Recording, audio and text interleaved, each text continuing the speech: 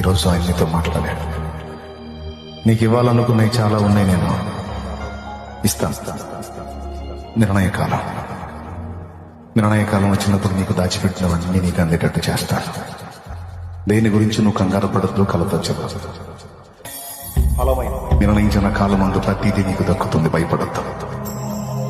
ధైర్యం తెచ్చుకుని నా వైపు చూడమని దేవుడిని పిలుస్తున్నాడు.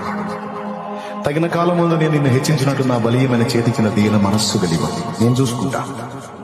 నిన్ను ఎలా బయటికి తేవాలో, ఏ విధంగా నిన్ను నలుగురికి పరిచయం చేసి నీ నోట నా వాక్కు నుంచి నిన్ను ఎలా వాడుకోవాలో. ఎక్కడో గొర్రెలు కాస్తున్న దావీదును తీసుకొచ్చి రాజును చేసిన వాడిని, ఎక్కడో మొర్దెకై ఇంట్లో ఒక మూలన పడున్న ఎస్తేరుని తీసుకొచ్చి 127 సంస్థానాల మీద రాణిని చేసిన వాణ్ణి, ఎక్కడో గాడిదలు వెతుక్కుంటూ వచ్చిన సౌలుని రాజునుగా చేసిన వాణ్ణి,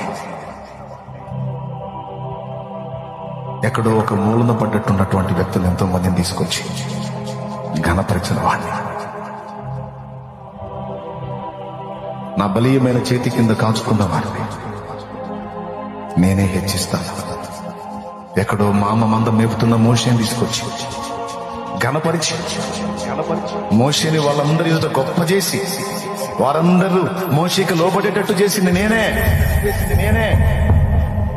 నా ప్రియ కుమారుని నామాన్ని కూడా హెచ్చించి ప్రజలందరూ ఆయన నామానికి లోబడేటట్టు చేసింది నేనే.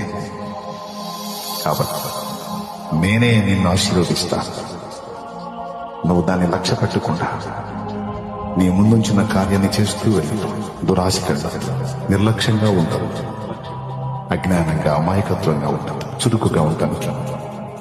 జాగ్రత్త పడవు. నా వాక్యాన్ని చదువు, ప్రార్థన చెయ్యి, ఆత్మీయంగా కొనసాగు, నాతో సరైన అనుబంధాన్ని కలిగి ఉంటావు. తర్వాత అన్ని నేను చూసుకుంటానని ఆయన మాట్లాడుతున్నాను.